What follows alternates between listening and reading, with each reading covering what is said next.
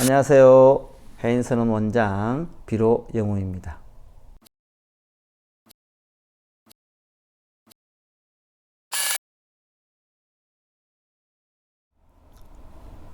이어서 하겠습니다. 법을 설하여 말과 글로 희롱함은 깨달아 알을 먼저 이룬 것이니 말과 글귀는 번뇌가 없어짐이 아니거늘 어떻게 원만하게 통함을 얻을 수 있겠습니까? 계율을 지키면 몸만 단속하는 것, 몸이 아니면 단속할 대상이 없으니 원래가 일체에 들어하지 아니한 것이거늘 어떻게 원만하게 통함을 얻을 수 있겠습니까? 신통은 본래 숙세의 인연이니 법진을 분별한가 무슨 관계가 있으리이까? 생각과 인연은 물질을 여인 것이 아니거늘 어떻게 원만하게 통함을 얻을 수 있겠습니까? 지금 하나하나 25대 원통 앞에서 이야기한 그 아라한들과 부처님 제자 보살님들께서 이야기한 것을 하나하나 깨고 있죠. 이거 아니다. 문수보살님께서 원만하게 통함을 얻을 수 있는 원만한 수행이 아니다는 것을 이야기하는 거예요. 만약 땅의 성품으로 관찰하건대 굳게 막혀서 통달함이 아니며 자기가 있으면 성인의 성품이 아니걸 어떻게 원만하게 통함을 얻을 수 있겠습니까?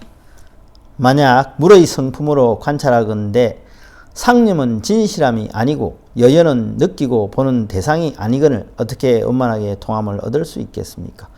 만약 불의 성품으로 관찰하건대 있음을 싫어함이 진정한 여임이 아니며 초심자에게 맞는 방편이 아니거늘 어떻게 원만하게 통함을 얻을 수 있겠습니까? 만약 바람의 성품으로 관찰하건대 움직이고 고요함이 상대가 없지 아니하니 상대가 있으면 최상의 깨달음이 아니거늘 어떻게 원만하게 통함을 얻을 수 있겠습니까? 지수, 아풍, 공, 식, 견 전부 다 아니라는 거예요. 만약 허공의 성품으로 관찰하건대 혼둔한 것이지 애당초 깨달음이 아니니 깨달음이 없는 것은 보리와 다리거늘 어떻게 원만하게 통함을 얻을 수 있겠습니까? 만약 의식의 성품으로 관찰하건대 관찰할 의식이 항상 머물지 아니하며 마음을 붙들어 둔다는 것이 험한 것이거늘 어떻게 원만하게 통함을 얻을 수 있겠습니까? 모든 행동은 항상함이 없는 것이며 생각하는 성품은 본래 나고 죽는 것이니 인과가 지금 다르게 느껴지거늘 어떻게 원만하게 통함을 얻을 수 있겠습니까? 제가 지금 세존께 아뢰옵니다. 부처님께서 사바세계에 오시니 이곳에서 진실한 가르침의 실체는 깨끗함이 소리를 듣는 데 있는 듯 하옵니다. 산마지를 닦아서 취하고자 하면 사실 듣는 것으로부터 들어가야 할 것입니다. 그쵸? 누가 설법을 해도 제일 먼저 듣는 것부터 시작이죠. 물론 부처님 보는 것부터 시작인 사람도 있어요. 안한존자는 부처님의 30 이상 80종을 보고 반해가지고 와, 인간은 저럴 수가 없다 이런 생각을 했거든. 그래서 환인심이 났다고 해요. 어떤 사람은 부처님 음성을 듣고 와, 목소리가 너무 좋으시네. 그래서 또 부처님께 반해서 공부를 하게 됐다 경우도 있지만 들음으로써 설법도 들어야 우리가 이해할 거 아니에요. 첫 번째 부처님의 가르침이 귀로 들어오는 거지. 사실 듣는 것으로부터 들어가야 할 것입니다. 고통에서 벗어나 해탈을 얻게 하나니 훌륭하여라 관세음이여. 관세음보살님의 이근원통이 제일 좋다 이 말씀이겠죠. 항아의 모래같이 수없이 오랜 급 가운데 작은 티끌처럼 많은 불국토에 들어가서 크게 자자는 실력을 얻어 두려움 없음을 중생에게 베푸옵니다. 오묘한 소리와 관세음, 범음과 해조음. 범음과 해조음. 범음은 종소리예요. 범종. 띵 계속 나오잖아 이게. 이 소리가 귀에서 나는지 종에서 나는지 인식에서 나는지 나중에 이게 울리면 헷갈려요. 우 하면서 귀가 우 하면서 진동이 울리면서 이게 평등하게 되는 확률이 높아. 소리가 고요해지는 확률이 제법 있어요. 해보시면 알아요. 소리를 땡 계속 소리를 끝까지 없을 때까지 들어봐. 그래서 치고 땡. 근데 이건 누가 쳐줘야 되잖아. 그게 어려운 거예요. 요즘 노원기가 있어서 이제 큰 절에 여러분이 아시는 큰 절 있잖아요. 주위에 새벽 종 쳐요. 땡 쳐. 그때 가서 내지는 저녁에 또 종을 치거든. 그때 녹음을 해요. 땡 하는 거 계속 녹음을 해. 그래가지고 그걸 계속 반복해서 녹음을 시켜가지고 그걸 틀어요. 그리고 앉아서 그 종소리를 듣는 거지. 그렇게 해도 돼요. 그 다음에 해좀 파도 소리예요. 파도. 저 홍련암, 동해, 저 어디지? 거기가? 홍련암이 어디 있죠? 낙산사. 그쪽으로 가서 앉아 있어도 되는데 겨울에 춥잖아요. 못 있어. 그래서 파도 소리를 녹음을 해. 내지는 파도 소리가 나는 또 CD가 있어요. 그거를 또 녹음을 해가지고 정말 리얼하게, 정말 좋은 녹음기로 녹음을 해야 되겠죠. 정말 파도처럼, 파도 소리처럼 들려야 돼요. 그걸 듣는 거지. 그 들으면서 이 소리가 저기서 나는 건지, 여기서 나는 건지, 여기서 나는 건지 계속 관찰하다 보면 소리가 평등해진다. 세상을 구제하여 다 편안케 하며 세상을 벗어나 항상 머무름을 얻게 하옵나이다. 이 세상을 벗어나서, 이게 무슨 말이냐. 자아로부터 만들어진 이 육도, 자아가 없으면 육도도 없어요. 자아가 육도 만든 거지 뭐. 자아가 돌아다니는 동네예요. 이게 6군데 동네. 왔다 갔다 하잖아요. 지가 기분 좋으면 천상에 났다가 기분 나쁘면 지옥에 빠지고 뭐 이런 거지. 그래서 이제 왔다 갔다 하는데 이 자아를 벗어나면 이 육도가 사라지는 거예요. 육도가 사라지면 왔다 갔다 할 일이 없어요. 항상 여여하게 항상함 속에 있는 거예요. 이 그러니까 이걸 보고 열애장 속에 있는 거예요.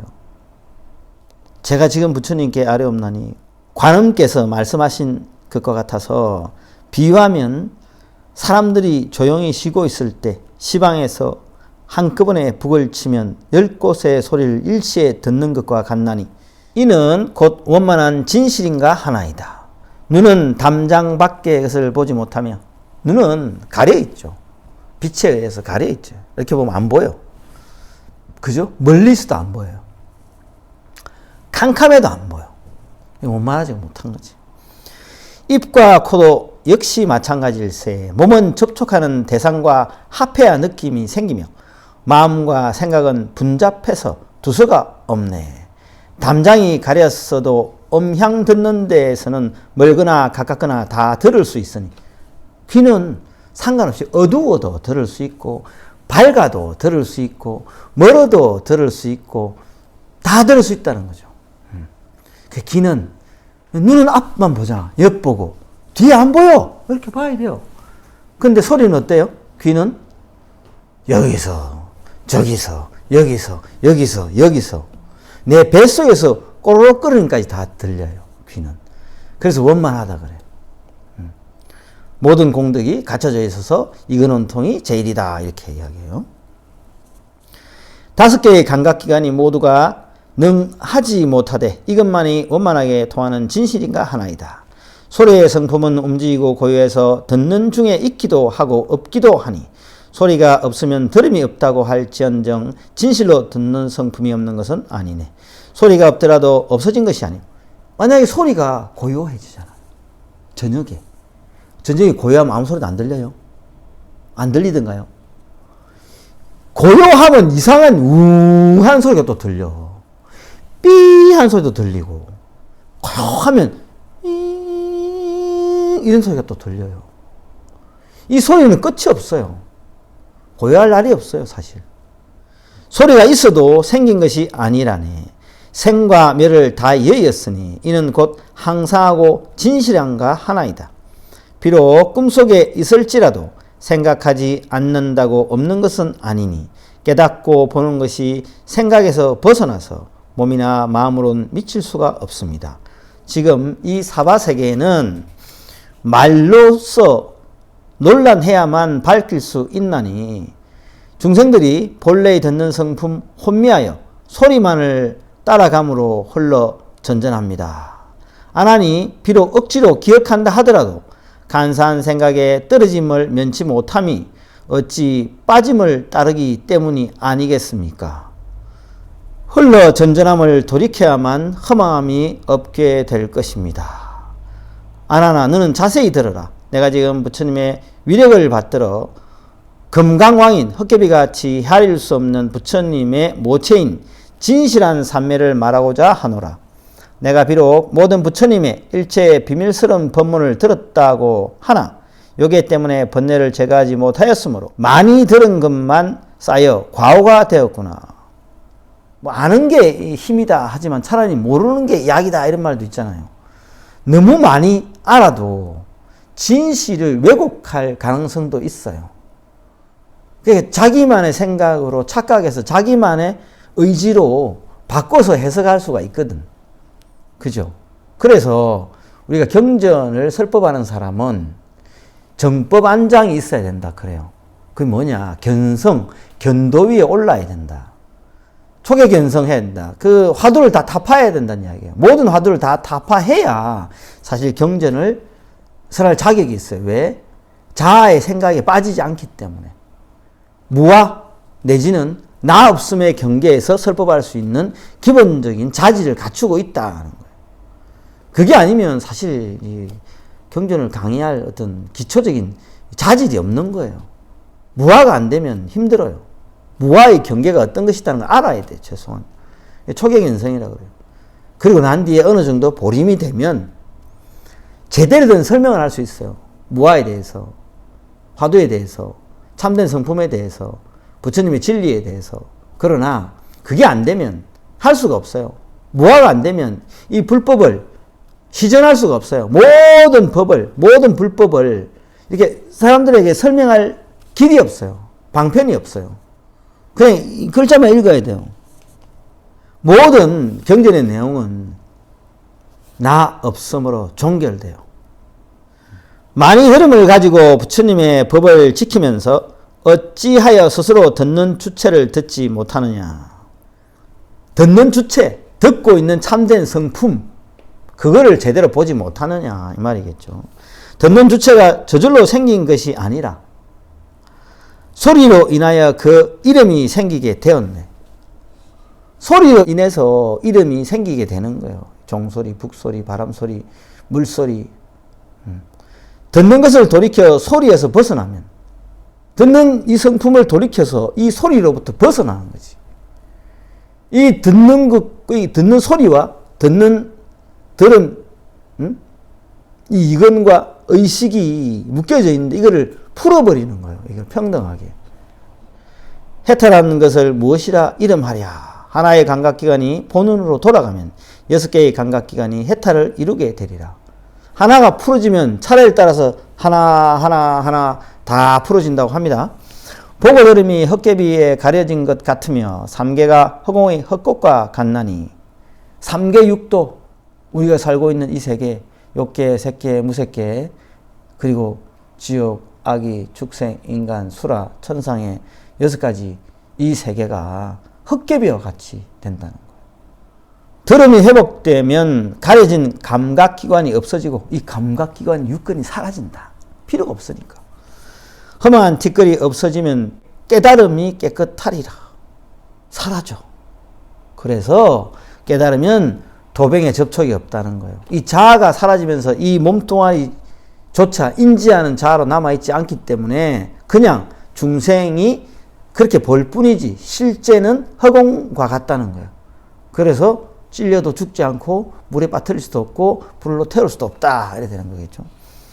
맑음이 지극하면 광명이 통달해서 고요하게 비침이 허공을 삼키니, 허공을 삼킨다. 허공까지 사라지는 거예요. 돌아와 세간을 보건대 마치 꿈속의 일과 같다. 이 세상을 보건대 우리가 지금 살고 있는 진실 아프죠? 봐봐, 몸 배고파, 그죠? 누가 하면 되게 놀래. 이게 우리가 다 진리인 줄 알고 살아가고 있잖아요. 진실이라고 생각하는데 이게 다 헛꽃이라는 거죠. 이게 꿈속의 일과 같다는 거예요. 깨고 나면 꿈이다. 우리가 아직 꿈속에서 헤매고 있는 것일 뿐이다. 돌아와서 세간을 보건대 마치 꿈속의 일과 같다네. 마든가도 꿈속에 있거니 누가 너의 형체를 머물게 하랴. 마치 세상에 교묘한 요술쟁이가 요술로 만들어 놓은 남자와 여자 같구나. TV 속에 나오는 남자와 여자 같다 이 생각하면 돼요. 드라마 속에 나오는 드라마 속의 일이지 진실이 아니지요. 드라마 속의 주인공을 내가 인입시켜서 저게 내고 저게 이 사람이고 이게 저 세상이고 내가 그 안에서 살고 있는 거지. 근데 죽어도 죽은 게 아니고 살아도 산 게 아니고 그 공간이 실존하지 않는 것처럼 그저 TV 안에 있는 거 실존하지 않잖아요. 자각하면 그래 된다는 거죠. 비록 모든 감각기관을 움직일 수 있을지라도 요점은 한 고동을 트는데 달려 있으니 한 고동을 트는데 예를 들면 이건을 틔우든지 안건을 틔우든지 비건을 틔우든지 아니면 지대를 틔우든지 화대를 틔우든지 수대를 틔우든지 하나를 틔우는 25가지 중에 하나를 틔우는 거예요. 하나를 통과시키는 거지.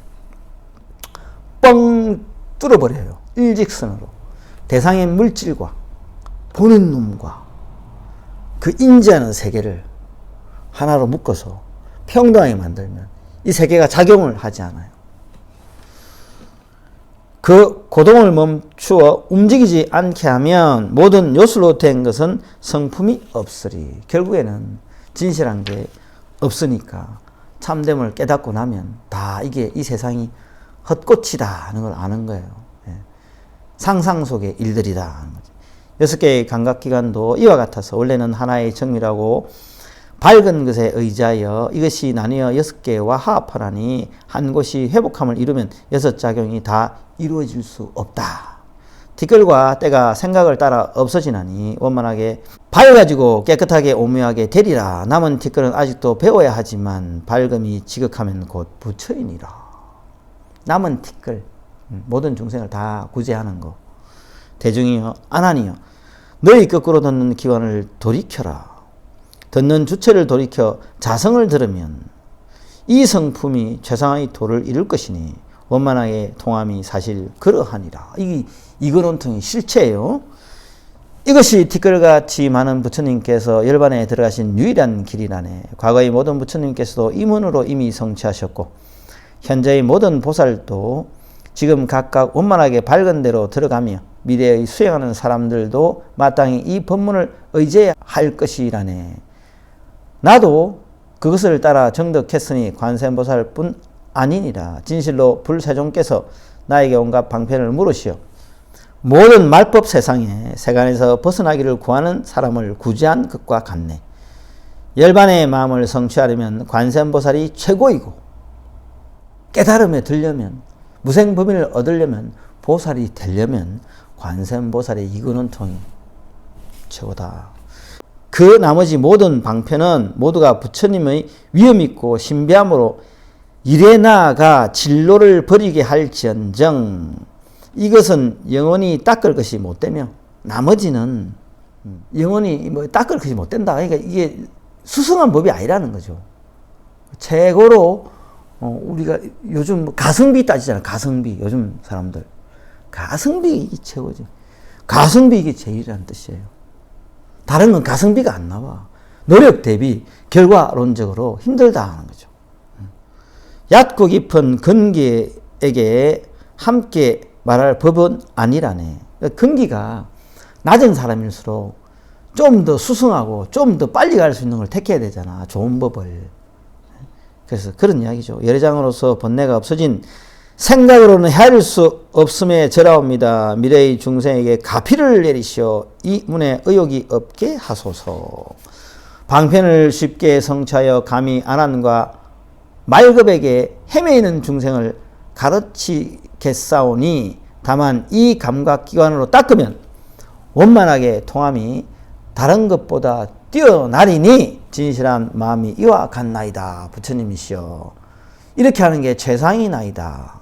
관세음보살님 이거는 통이 따봉입니다. 제일입니다. 이 말이에요. 여러분들도 해보세요.